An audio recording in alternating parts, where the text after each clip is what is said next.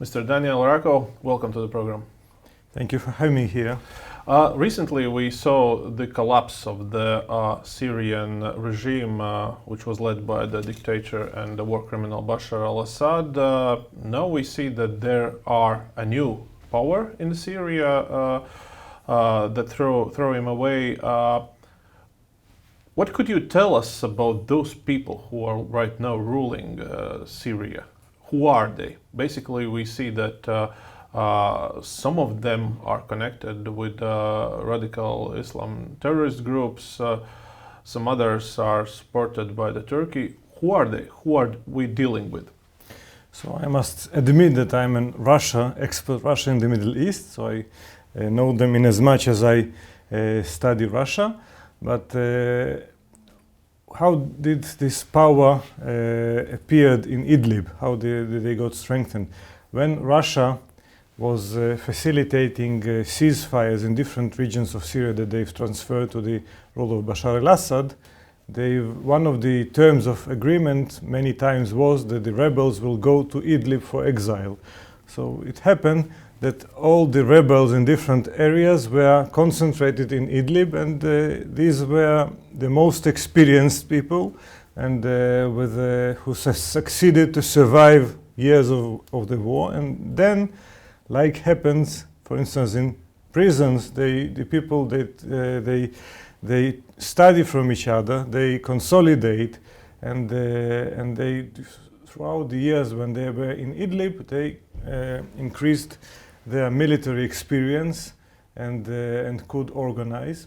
Who leads them? It's called HTS, Hayat Tahrir al-Sham, National Liberation Front, Levant Liberation Front, and led by Julani. And Julani, he was a leader of previously known Al-Nusra Front, and the Al-Nusra Front was the Syrian filial of Al-Qaeda, the same Al-Qaeda that shot down blow down the Twin Towers in New York in 2000. And then they understood that they have to rebrand and put Al-Qaeda aside, so they called themselves Hayat Tahrir al-Sham. And there were several stages in which different organizations entered this front. So it's not monolithic one. And they, during the years, they try to become more pragmatic and show that they can work not only with the Islamic radicals, but also with different minorities in Syria, with the Christians, with the Alawites, with the Druze, with the Kurds. Still, we must remember their origins, and we must understand until now they were underdogs in Idlib. And by the way, they have very strong connections to Turkey because of their because Idlib governorate is near Turkey. So until now they were underdogs. Now they are in power, and we have to see how do they evolve. It's unknown. We know that we do not know, and maybe in 10 years from now we will find out that Al-Julani is the founding father of the new liberate democratic Syria, and maybe it will appear that he was like another al-Baghdadi. But well, from what you said, it means that Israel do not look at him as on the terrorist? It's very difficult to look at him as a terrorist. I think that he was previously, before he was in Idlib, he was active in southern Syria, which means near the Israeli border, and then he was focused mostly on the Syrian internal struggle. And I think this is something that probably he will continue to be focused on.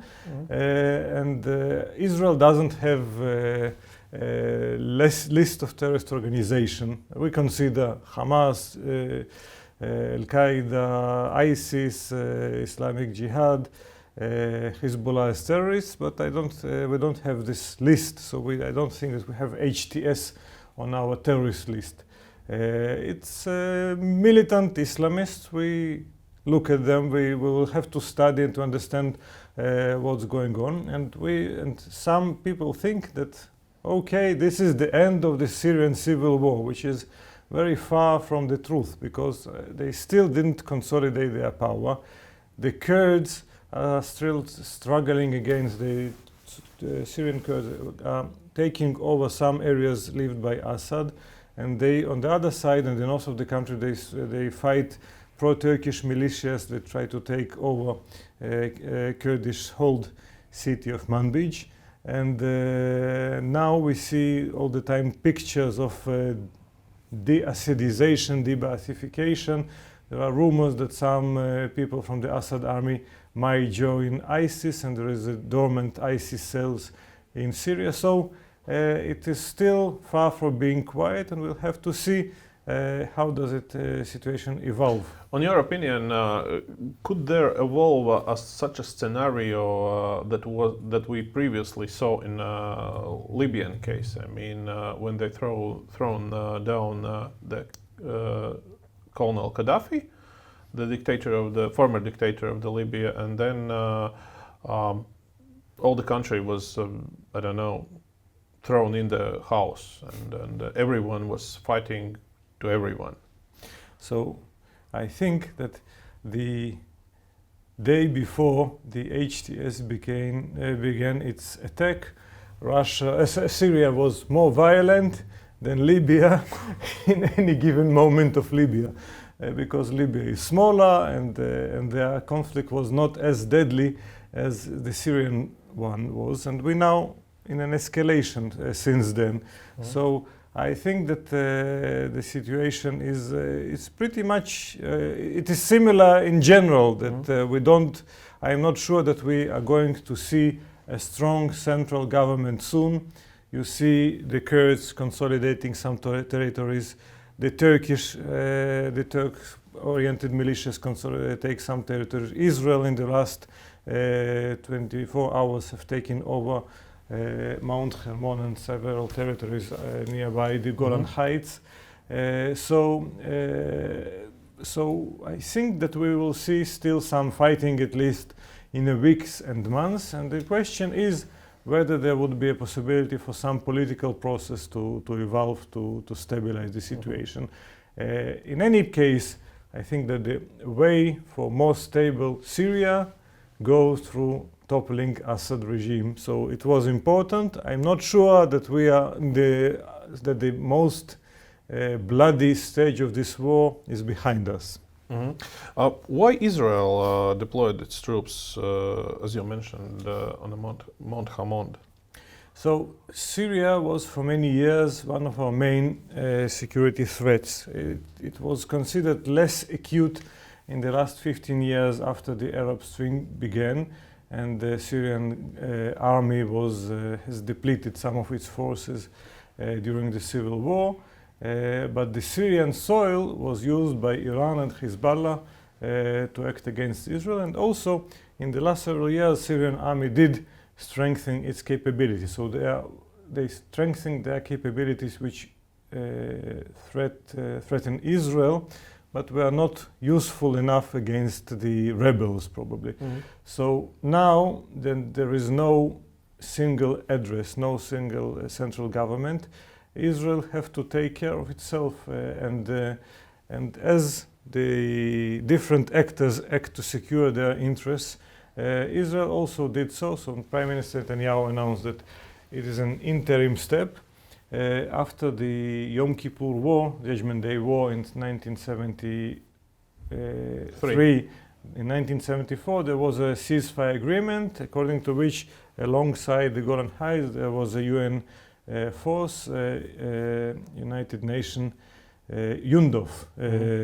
It was some kind of a demilitarized zone. Demilitarized zone. So the claim is that they cannot act anymore. I think that the rebels tried to take over their positions, so Israel moved forward and helped to secure them, and they have taken the territory to secure the civilian population in the Golan Heights, and to make the threats far away from our borders, but I think that more significant, more intensive activity was that in the last 24 hours there's a bombardment campaign all over Syria, with Israel trying to destroy heavy weapons and conventional and unconventional that Assad regime had. Chemical ones, yeah.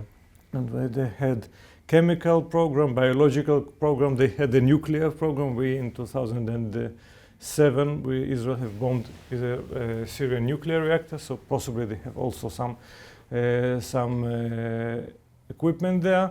But so they have R&D facilities and production facilities, and they have chemical agents arsenal, and the weaponry of air bombs and missiles. They can carry those agents, and they have the platforms, they can launch them, and they have ballistic missiles, and they have airframes, and warships, and anti-ship missiles. So many capabilities that Israel would not like to see in the hands of actors. As we've started, nobody knows who they are, what will become of them. And I think it's good also, not only for Israel, but also for the world, because as we've seen, the Houthis aiming the international shipment, so we do not want having long-range capabilities in the hand of Islamic radicals. And especially armed with some kind of unconventional arms, like a chemical, biological, and...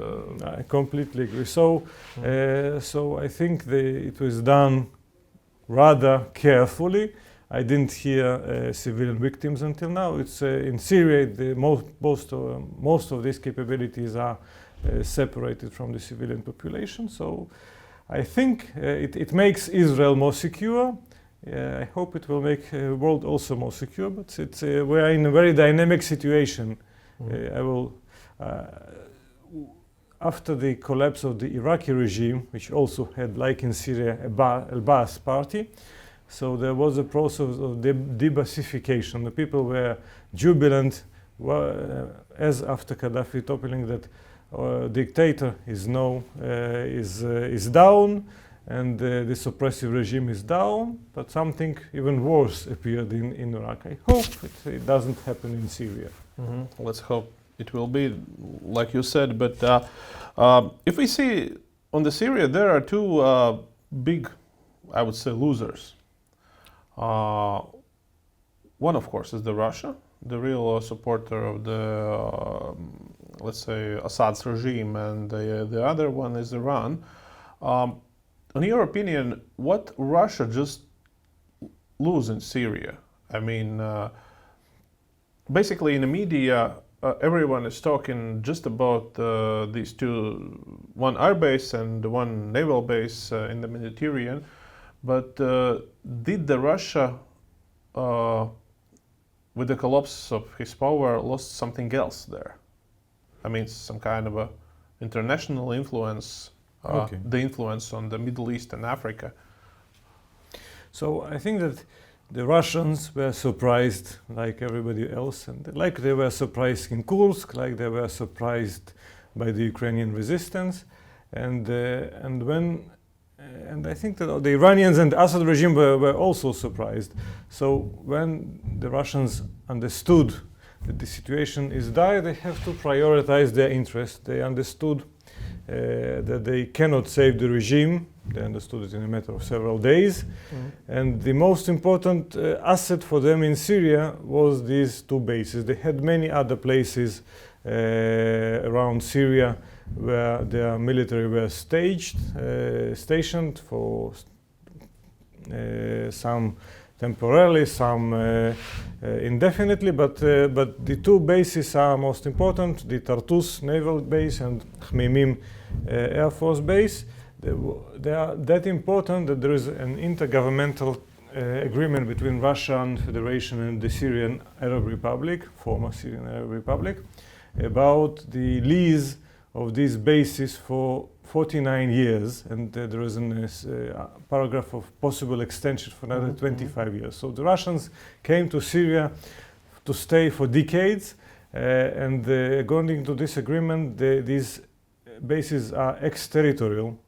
So the Syrians have to ask Russian permission to enter these bases. That's So like an embassy, and yes, yeah. yes. So it was very important for the Russians, and its importance was it gave Russia the visibility of great power status. So like great powers, like great global powers, Russia has overseas military bases, and which are springboard for other places around the world. And as you've mentioned, these bases have a very big importance for Russian ability to sustain the logistics of going to Africa, because of all the sanctions on Russia. In order to go to Africa, they have to stop in Khmeimim in Syria to refuel and then continue to Central African Republic or Sahel countries in order to where Russia has some military presence there currently.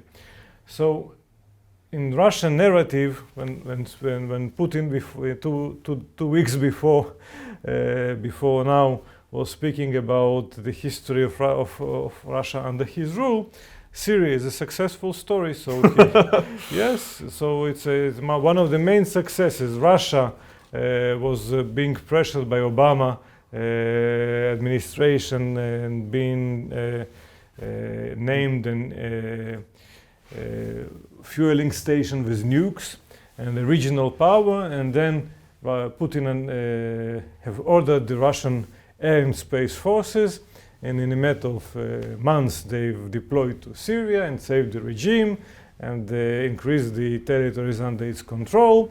And indeed, after this success, Russia coerced the Middle Eastern countries to cooperate with it. For instance, good example, in 2015, when the Russian intervened in Syria, if you'd ask Russian official who are the worst countries in the Middle East, the biggest enemies of Russia, you would hear it's Saudi Arabia, Qatar, and Turkey. And fast forward 1.5 years from then, Russia and Saudi Arabia establish OPEC Plus. Russia enters the great oil cartel to control oil prices, and they cooperate economically. And Russia in 2016 becomes one of the great partners strategic partner of Turkey after 2016 upheaval Erdogan suffered in Istanbul and Ankara. So relative success in Syria made Russia appear as a great power in the Middle East, some alternative to weak image of Obama administration.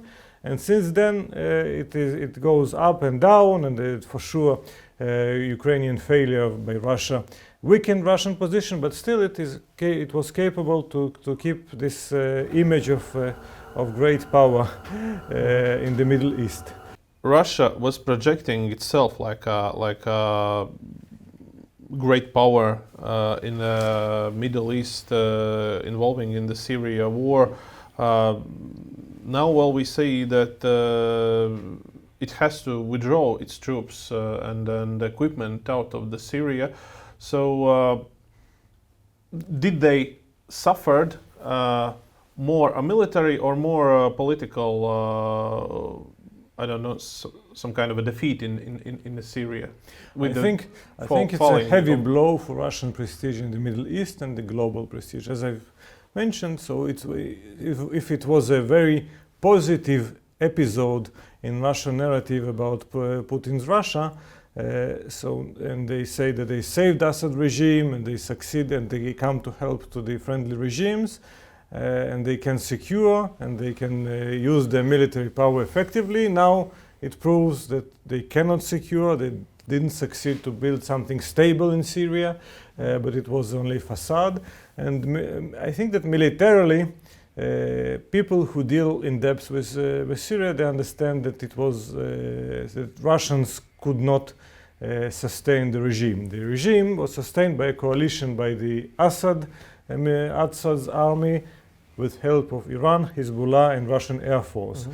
Without Assad's army willing to fight to defend themselves, without Iran and Hezbollah boots on the ground, Russian Air Force can do nothing. And during the war in Ukraine, the Russian force in Syria became smaller, so they had several dozens of aircraft in Syria. You cannot help to do much. They can, if there is an attack by Assad regime, they could support them, but they cannot save the regime.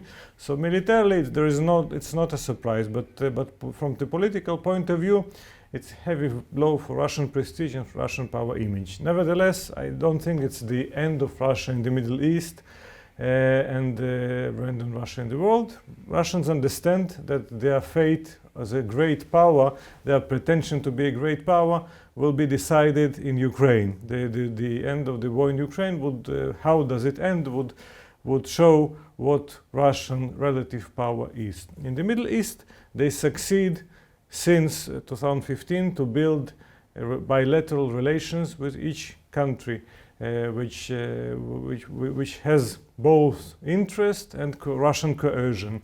I think that Russian position vis-à-vis each of these countries would be weaker now than when the Russians do not control Syria. It's still a question whether the Russians will succeed to maintain these two bases. For the time being, this is in the last week, this is the main focus of Russia. There are, they speak to the rebels, they speak to the Turks to make sure that these bases remain. I think that they understand that the situation is very volatile. They cannot be sure that despite the fact that the bases are still there and the rebels do not enter them, they cannot be sure that they will remain in Syria. One question, on your opinion, do Russians, on your opinion, already have to agree on some kind of a deal with the militants ruling right now in Syria? Because, well, there were one interesting thing. A few years ago, when the Assad's regime failed, there was attacks on the foreign embassies in the Damascus, and especially there was attacks on the Iranian embassy, and we know why, because Iran was participating in the civil war in Syria, and they were acting on the side of the Assad's forces, and of course people hated them. But at the same time, we see the pictures of the burning Russian flags in the streets of the Damascus, but at the same time nothing happens in the Russian embassy. So what this thing shows to us, did they reach some kind of agreement?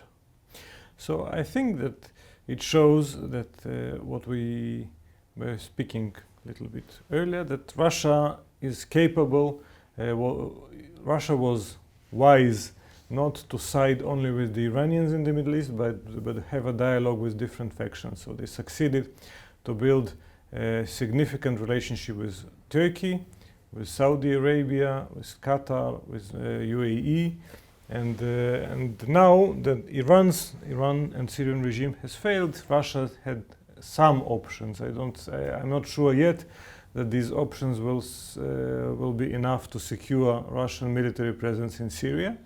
But I suppose, as you mentioned, that it means that they could get through the Turks probably maybe some other actors to agreement that their embassy will not be harassed harshly. I suppose they can also defend it better than the Iranian one. Mm-hmm.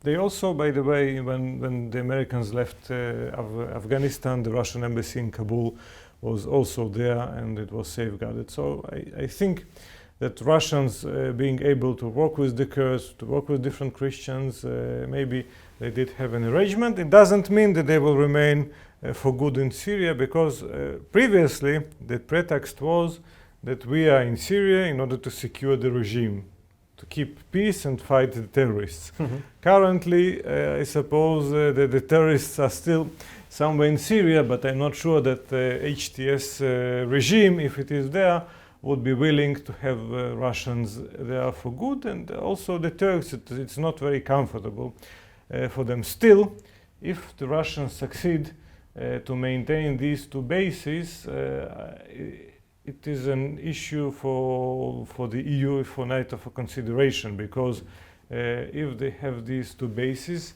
when the Ukrainian war will be freezed, I suppose it will not end in full, Russians will be able to strengthen their presence there. Already with the military system they have there, they have a small fleet, they have a submarine, they have air defense, S-300, S-400, anti-ship missiles, ballistic missiles, intelligence capability, electronic warfare capabilities. So it's quite capable to influence the military situation in Eastern Mediterranean, and it might become a greater nuisance for NATO if Russia feels more emboldened in the future. From the Israeli perspective, I think it seems that Russia, as Russia loses its status as a safeguard, as the master of the Syrian regime, so it doesn't have a very big role for Israel to play. Previously, Russians controlled the Syrian sky all over the country. I suppose it will not be the same anymore. And also, there was in the last several months, there was an expectation that if there is a ceasefire between Israel and Hezbollah, that Russians could play some positive role in sealing the Lebanese-Syrian border and to prevent Iran from strengthening Hezbollah. So I think they don't have capabilities and energies for such a military or political role. I think Russian position in Syria and Russian capability to influence both positively and negatively Israeli interest in Syria and Lebanon decrease. And it makes a pretext, I think, for waiting, looking anew about Russian-Israeli relationship. I don't think it's an end to Russian role in the Middle East, because, as I mentioned, the Saudis and the Gulf countries, they still need Russia to coordinate the oil prices. So it's a very important issue, and it will not change after Syria. Turks, they have nuclear reactors, gas pipe, Russian tourism, and the different bilateral issues. For Iraq, there are oil investments. For Iran, which is the most significant consideration for Israel, is Iran continues to cooperate with Russia in defense sphere. It's a very heavy... Also on the nuclear program? Nuclear civilian program, and we, the Israelis, are very anxious about what can, if there might be a leakage of sensitive nuclear or ballistic missile or some other sensitive information from Russia to Iran, that will help Iran to fill the gaps in their knowledge, military knowledge, how to build a nuclear bomb. And I think that we do not count on Russia anymore as we did in the past, that it could put an effective pressure on Iran not to go nuclear if Iran decides. For Iran, it is even a more deadly blow, I think, this fiasco in Syria. It's not an end to Iranian hegemonic aspiration in the area. It's not an end of the Iranian Republic, but it's a very strong blow. And I think it might increase both regional pressures on it and internal pressures, because it's everything, it's interconnected. If Iran looks weak, then the Iranian anti-government sentiment might get higher. So this is also an issue. Which risk is bigger one that you said, dealing with Iran, the internal some kind of a turmoil, or externally that they really look weak right now? They lost Hamas, they lost Hezbollah, Now they lost the regime in Syria. So I'm not, I do not deal currently with Iran, I mostly deal with Russia, but in general, and this is an essence of the limitations of analysts, and both open sources analysts and the internal intelligence, and so countries cope with pressures until they don't. Yeah. and sometimes you look at the country and you say, for instance, Iran, they had years of almost incessant demonstrations against the government, and then the demonstration ceased and the government succeeded to cope with them. And then, or in Syria, it seemed that Syria is unstable, but it's stable in its stability. The pressures from within and from without are not strong enough to topple the regime until it crumbles. So I think the Iranian government understands that this is a weak point, and they will try to push back both internally and externally. But as in dynamic situations, sometimes when you push, you provoke.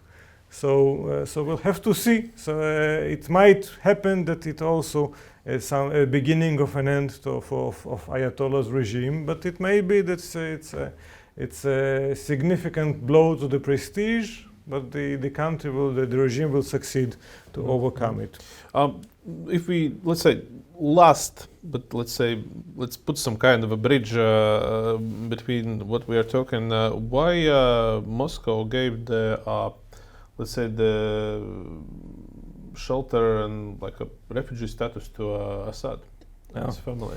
So I have three. What's your assumptions on that? I have three assumptions. Number one is that they were glad to pay for the rest of his life and his family for the staying to Moscow in order to prevent publications of pictures when he is being treated as Saddam Hussein and Gaddafi, because the immediate association of anybody, and especially Russia's enemies, would be, this is what happens to Assad, Putin is next, so they would not like to see this in this information campaign.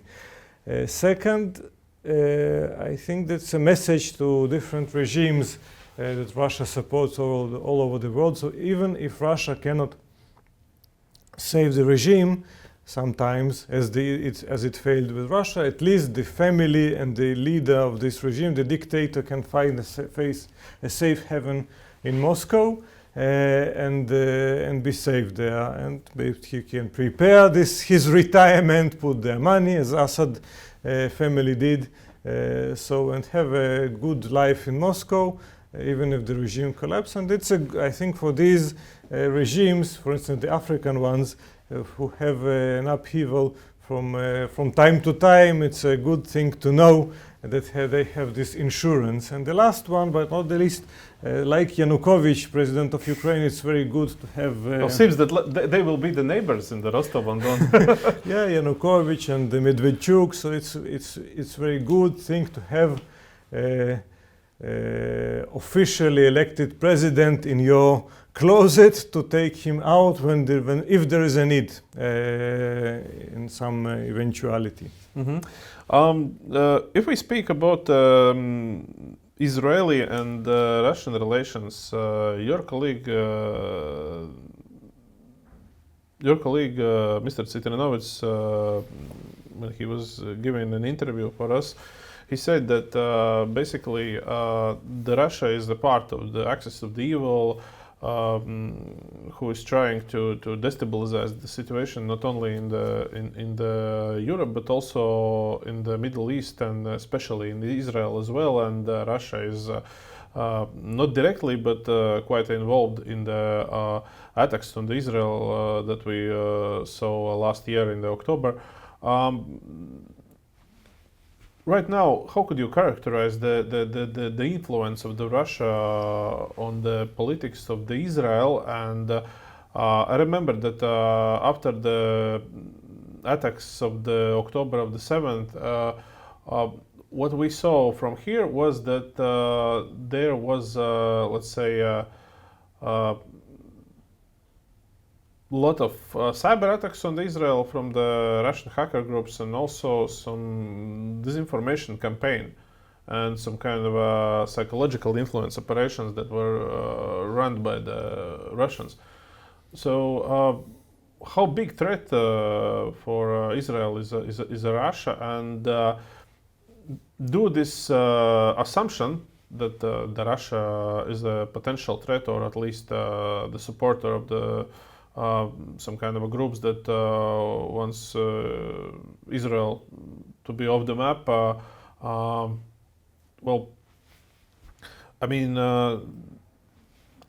can it, let's say, bring some kind of influence on the bilateral relations and Israel's attitude towards the Russia? Yeah, there was many excellent questions. I will try to answer them orderly. So Russia, as the last year and 14 months since the October 7th showed, that Israel have many significant threats, and Russia is one of those, but it was not the top priority. So we had Hamas and Hezbollah and Iran and the Syrian regime and and the Houthis. So, and the Islamic Jihad, and so maybe Russia number 5, number 6. For example, like North Korea for a lot of Europeans. Yes. And there are possibilities. So we would characterize Russia as a frenemy, a friend and an enemy. So you can find contradictions of interest and positive interest. Before the war in Ukraine, Israel was capable to find the positive agenda between Russia and Israel was much bigger.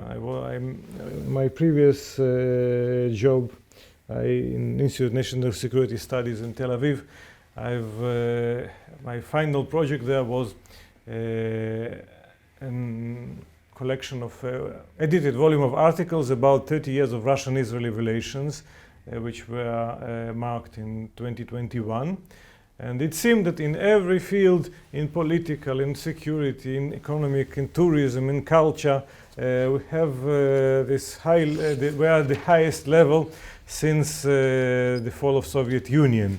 And then came the Ukrainian war, and everything was freezed, downgraded. So Israel did not get a rupture of Russian-Israeli relations. We have this political dialogue. There is a trade. There are flights to Russia. There was the confliction in Syria, but still the positive agenda squeezed, and the negative agenda, Russia as a problem, increased significantly, and that was upgraded after October 7th. So October 7th, I know that many people believe that Russia is the evil mastermind behind the October 7th attack, but I didn't see any good evidence about it. And Russians are not 10 feet tall. When the Russians are focused on Ukraine, they don't have much capabilities to be focused in other places, and Gaza Strip was very insignificant place for the Russians in the Russian priorities then. But at the same time, it played a very good for them. Yes, and it's the fact that for Russia it was a good surprise. It's like Russians now claim that the Israelis and the Americans are behind the attack on Idlib, in Idlib. And I think it was, for Israel, it was a good surprise that Assad regime collapses, and Israel was quick and eager to take advantage of the new situation. And the same on the October 7th, Russia thought that it was a very good surprise because it can divert the focus of the international media, what Russia does in Ukraine. It was easy for Russia to try to portray itself as a humanitarian power, unlike the bad Israelis who bombed the poor Palestinians, and try to make positive PR in the eyes of the Muslim world by criticizing Israel heavily.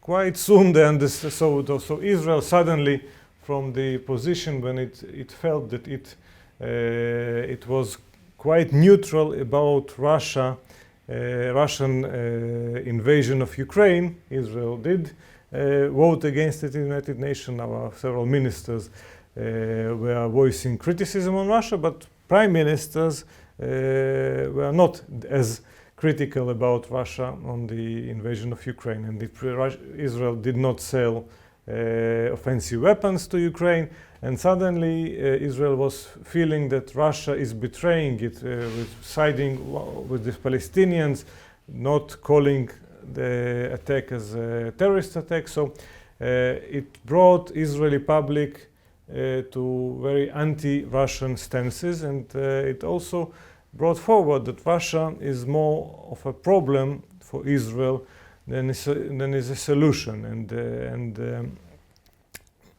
throughout this war, Russia was supporting publicly the Israeli enemies. It was supporting Iran. It helped them in international organizations, and it did not enough in the Iranian eyes to help them. Why? Because Russians are focused on Ukraine, and they don't have spare energies and military capabilities to give to Iran and to Hezbollah to support them, and indeed they didn't want to side militarily with the axis of resistance. I think that in the last several weeks, after Israel have entered Lebanon and found out what's going on behind the border, we've seen that some 70% of the weapons in the hands of Hezbollah is from Russian origin. It's not legacy weapons. They were Russian origin, sometimes supplied from Russia in 2023. The main channel was Russian supplied the Syrian army, and the Syrian army would divert it to Hezbollah. Sometimes it's corruption, sometimes it's policy of the Syrian regime, and I suppose that the Russians in these quantities, they had to know something about it and to turn a blind eye. So we found out that Russia had a big role in strengthening the Israeli enemies, and on Syrian soil they didn't help enough directly, but I think that the Israeli policy was to speak to the Russian in the last 10 years so that the Russian will not interfere with our air bombardment campaign in Syria. And there is a lot of discussion inside the Israeli strategic community whether it was wise or not. I will say that the capability to speak to Russia and to deconflict is the lowest level of interaction. It's not alliance, it's not cooperation, it's only to prevent incidents in the air. So the capabilities to deconflict with Russia allowed Israel to do whatever it wanted to do in Syria, many times in spite of what Russians would expect to do, sometimes to bomb hundreds of meters from the fence of Russian bases in Syria. So it was not very comfortable. I suppose that because of what we have found in Lebanon, because of Russian negative role in Iron Swords War, because of their criticism about Israel, because of their support to Iran, which I predict will continue because those two countries need each other. They are isolated. So I think that these are prerequisites for review of Israeli policy. Another, maybe two observations. You were speaking about the axis of evil. So I think there's no formal axis of evil and also not informal one. So these countries are oriented against the West, so they have a common enemy, and the international system is polarizing with this Russia, China, North Korea, Iran as most radical actors, most radical anti-American actors working together, not necessarily as some formal alliance, but they have a common ground, and they work together despite many contradictions. And this is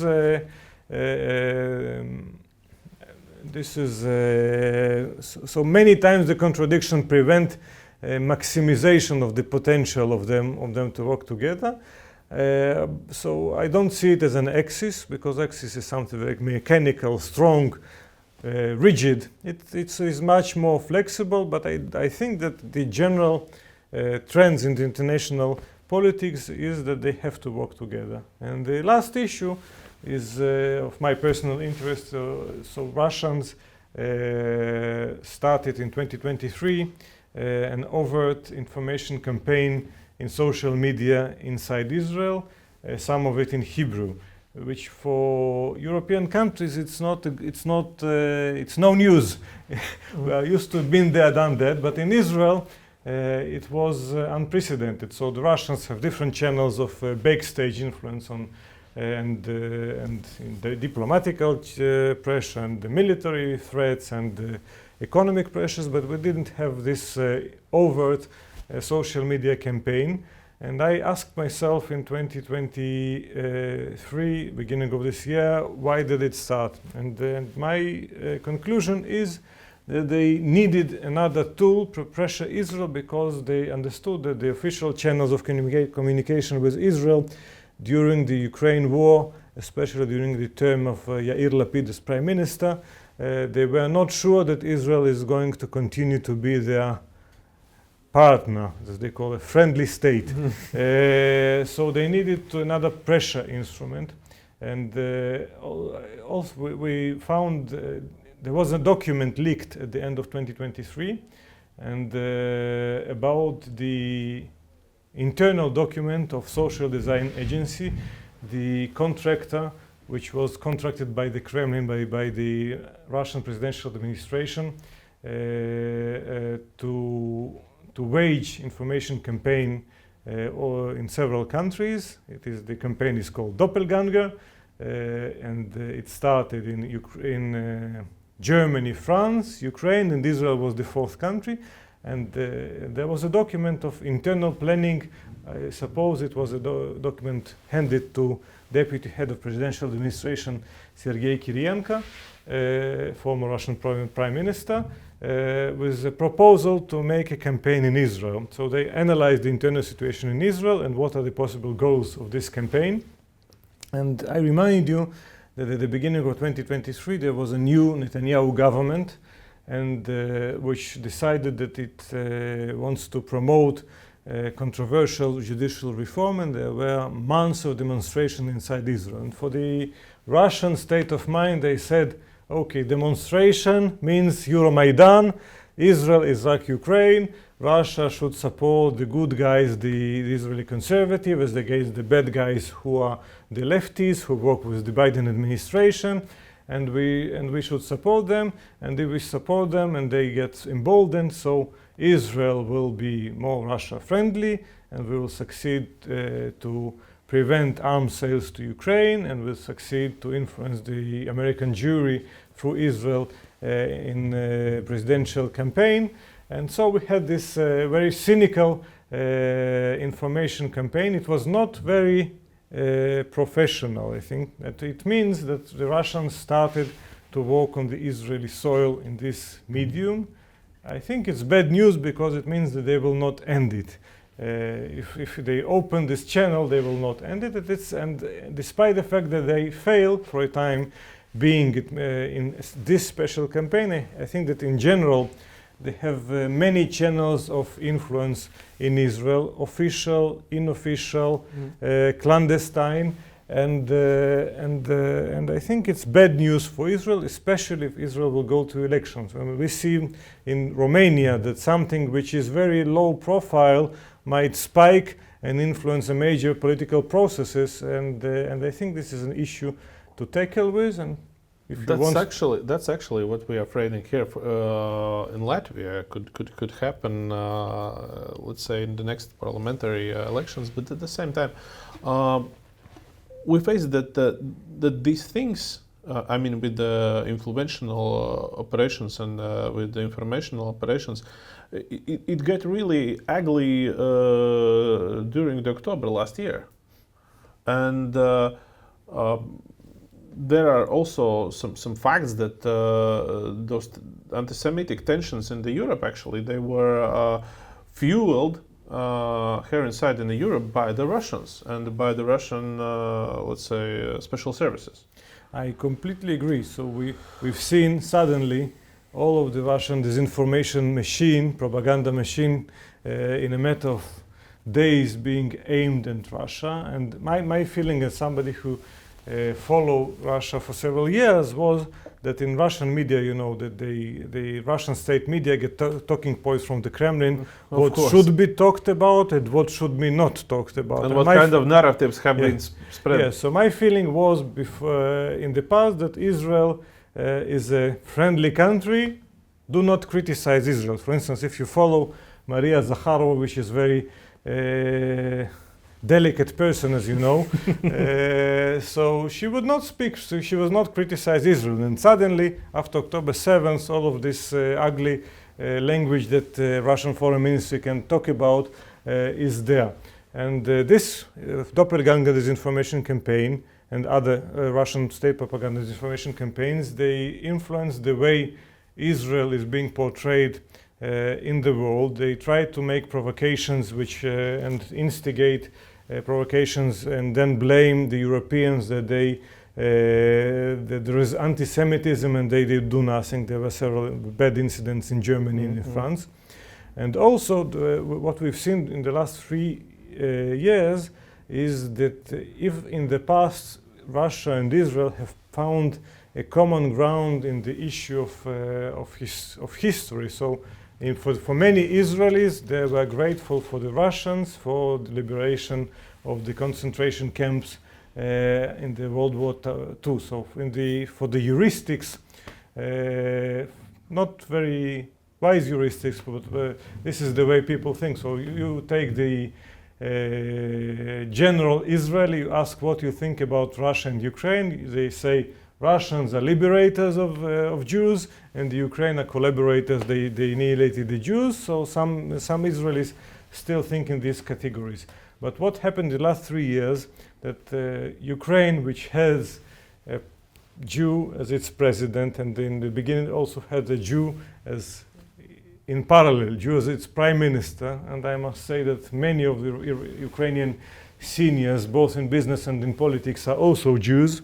They are being accused by Russian Federation as a Nazi regime, and there's a problem for the Russian propaganda, and Israel resisted this narrative that the Ukrainians are Nazis. So they speak about the Jews can be Nazis, and also they strip Holocaust from its uniqueness, because for Israel, Holocaust is a unique event in the world history where there was a industrial annihilation of Jews, of 6 million Jews were industrially killed in Russian extermination camps. And now the Russians that in the past were cooperating with Israel on this issue of the promotion of the remembrance of Holocaust, suddenly they speak about Holocaust. Holocaust does nothing with the Jews, says Maria Zakharova. Holocaust is the Holocaust of the Soviet people. So it's more general phenomena. And here, I must say that in the past, when I was analyzing Russian-Israeli relations, I said, this is the issue of remembrance of World War, Holocaust, the liberation of the concentration camp, is the closest for Israel with the common values with Russia. when we speak about United States, which is our major ally, we say we have common values, and this is what is at the base of our alliance with the United States. So I said that we don't have it with Russia, with their dictatorial regime, we are the liberal democracy, but still we have something, we have common interest, and it's emotional for many Israelis. Now, this is being undermined by the Russian propaganda, and this also, I think it's also a threat to Israel and to the Jews all around the world. Can this, this fact that the Russia has involved in and run some kind of an influential operation against Israel, basically, against its society, against its values, can it change, let's say, the attitude from the Israeli politicians towards the Ukraine? Towards the military support of Ukraine, because we know that Ukraine is begging for the Israeli air defense systems, for example. So I think that Ukraine, my feeling that they do not beg anymore that much. There was a time that indeed they were begging in open. Now I think they would be happy. They understand that Israel is also in a dire situation. You've seen in last October and last April that when we encountered the entire Iranian strikes, our air defense array, despite being one of the most sophisticated in the world, could not defend us fully. Still, we have a Patriot system being taken out of our order of battle for more modern systems. I don't know the exact dates and details, but it seems that Israel is willing to give them back to the Americans, and the Americans might give those to Ukraine, and it might be significant aid. There was non-lethal aid, air warning aid. I think that at least the current dynamic situation, when it changes, it might bring to the change of calculus of Israeli policy toward Russia, and especially on this specific issue of help to Ukraine. And we'll have to see. It's political decision to take care of the priorities, what fights the Israeli government would like to pick in this very volatile situation where it is now. Latvia, the same as Israel, are suffering from Russian influential and informational attacks. Now Israel have faced this problem. Do you see the need to cooperate more deeply to tackle this problem and to fight these attacks? Is there such a need to cooperate in this area among our two regions? I don't mean here only Latvia, but the European Union, because now the rest of the European Union countries also is facing these problems. So I must say, when I dived into this doppelganger operation, it was fun for me because I could look for the Russian strategic goals. We have a lot of inside documents by the operators of the campaign and the tactical elements, and we can see it all at once and we, in real time now. And we can see how does Russian disinformation operation cope with pressure. So sanctions do not work well because these people don't have a lot of assets there. But when in the last several months in front of the American elections, United States suddenly rearranged its allies. They seized the domains. They've cooperated probably with technological corporations and NGOs in order to put pressure to leak information, to allow the technical IT infrastructure of the Russian campaign to work. It hurted the Russians and made them rearrange. But this is a constant fight, and I think that's a good example. I speak about doppelganger, but in any campaign, the Russians are they base their disinformation activity many times on criminals, on cyber criminals, trans-border. This international infrastructure, IT infrastructure. So there is a need to cooperate, to hurt this infrastructure. There is a need to exchange knowledge. The Russians themselves, they study the problems they encounter in one place in order to improve in other place. So there is a constant competition of learning between the disinformation operators and the cyber and disinformation protectors, guardians.